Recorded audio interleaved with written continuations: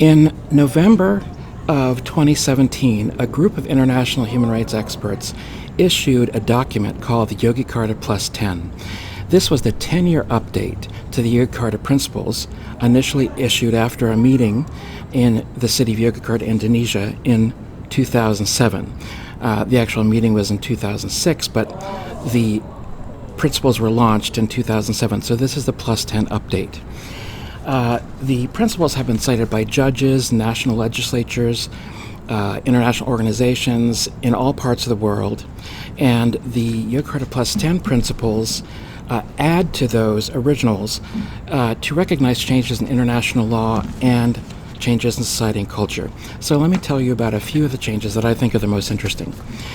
The first is that the principles, the Plus 10 principles, recognize additional ways that governments can discriminate against people. The first set of principles focused on SOGI, sexual orientation and gender identity, because we know that governments can discriminate against people because of their sexual orientation and their gender identity. The new principles recognize that gender expression is also a separate reason that a government could potentially discriminate against people.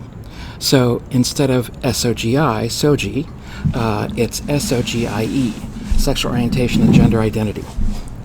Now, the other thing that the principles added was a reference to sex characteristics. Sex characteristics are, each of us has many sex characteristics that indicate something about our bodies that correspond to what's expected of a male or a female body. This may be hormones, genetics, the way that our bones are shaped, our musculature. There are a few dozen of these characteristics that we have. Some people, some of the characteristics don't match the same sex expectations as the other characteristics, and these people are often referred to as intersex people. So the new principles recognized that intersex people face stigma and discrimination.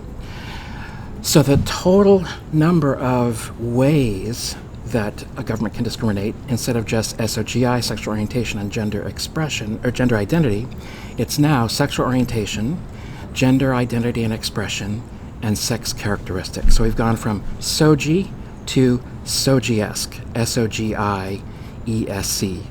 We've added more letters. The principles also added a lot of substantive standards to the recognition of discrimination because of sex characteristics. They state that no one shall be subjected to invasive or irreversible medical procedures, including for sex characteristics, without free, prior, and informed consent. And this includes children in a manner consistent with their evolving capacity. This says it is a human right not to be operated on without you being able to make that decision. It also recognizes the right to the truth.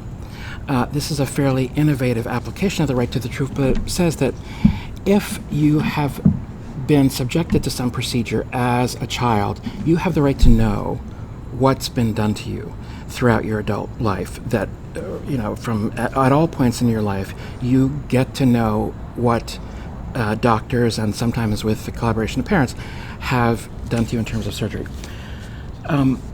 Another thing that they do is the principles, the YPplus10 principles, have recognized the development of the internet. So there's an entire set of standards regarding freedom of access and freedom of information in terms of internet.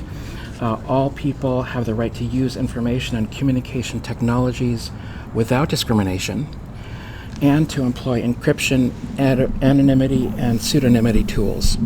This is very important because we find that many governments are using the internet to crack down on LGBT people, to track them, to arrest them, and also they're using internet restrictions to prevent LGBT advocacy and even LGBT health information from being disseminated through the internet.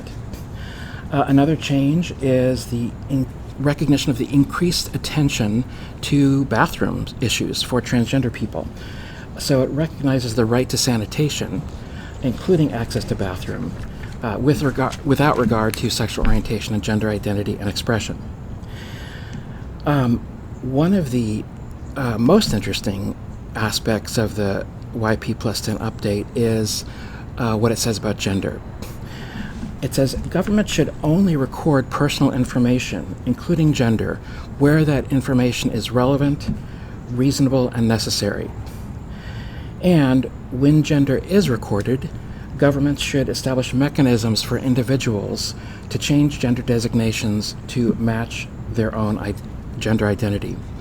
This is in recognition of the fact that many governments put the male or female label on all kinds of documents where it's just simply not relevant. And this makes gender something that is in the hands of the individual. They should be able to change their gender legally if they want, and they do not have to have that gender put on documents where it's not necessary. Thank you.